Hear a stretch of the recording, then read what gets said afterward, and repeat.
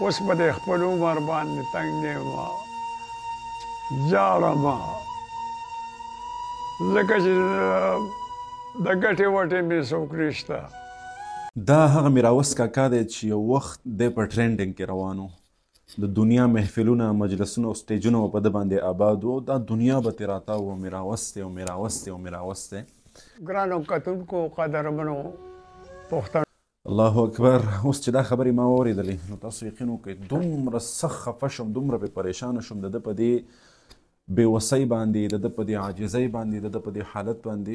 ډېر ښه سړی و، غلط سړی نه و، فحاشي نه ده خوره کړې په پښتنو کې، څه نور داسې د ګناه کارونه نه دي کړي، بس دغه خنداګانې لطیفې مطیفې او دا قصې به یې کولې.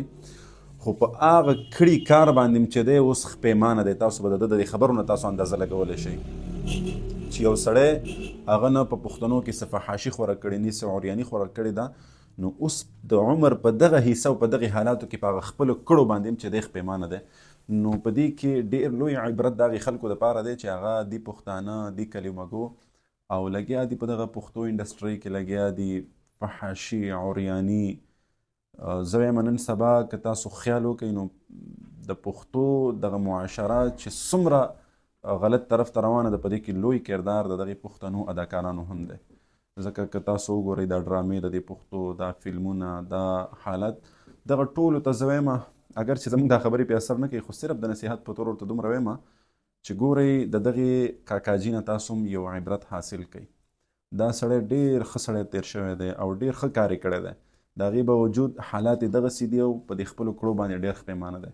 نو بیا ستاسو کارونه چې د ګناه او د فحاشۍ عریانۍ د بدکارۍ نه علاوه ستاسو نور کارونه نشته دی او نه پښتنو ته څه راوړي دي، نو تاسو به خدای ته څه جواب ورکوئ؟ تاسو چې د عمر دغې حصې ته راورسېږئ او خدای م راونیسي او د خدای رانیول هم بیا ډېر سخت دي، نو بیا به تاسو څه کوئ او خدای ته به څه جواب ورکوئ؟ دغه معاشرې ته به تاسو کم مخ ښایئ؟ نو اوس هم تاسو سره وخت شته. دغه یوه قصه چې مخې ته راځي په دې کې ډېر لوی عبرت پروت دی.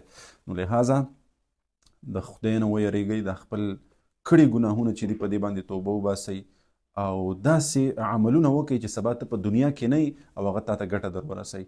زه اوس دغې فلمي اکټر ته وایم چې ته لاړې سبا د دنیا نه مړ شوي، قبر کې پروت یې او ستا د فحاشي عریاني داسې خورېږي په دې سینماګانو کې، په دې فیسبوکونو کې، په دې سوشل میډیا باندې او تا پسې د دې د عذاب در رسېږي. نو دا یاد وساته تا څه حاصل کړل؟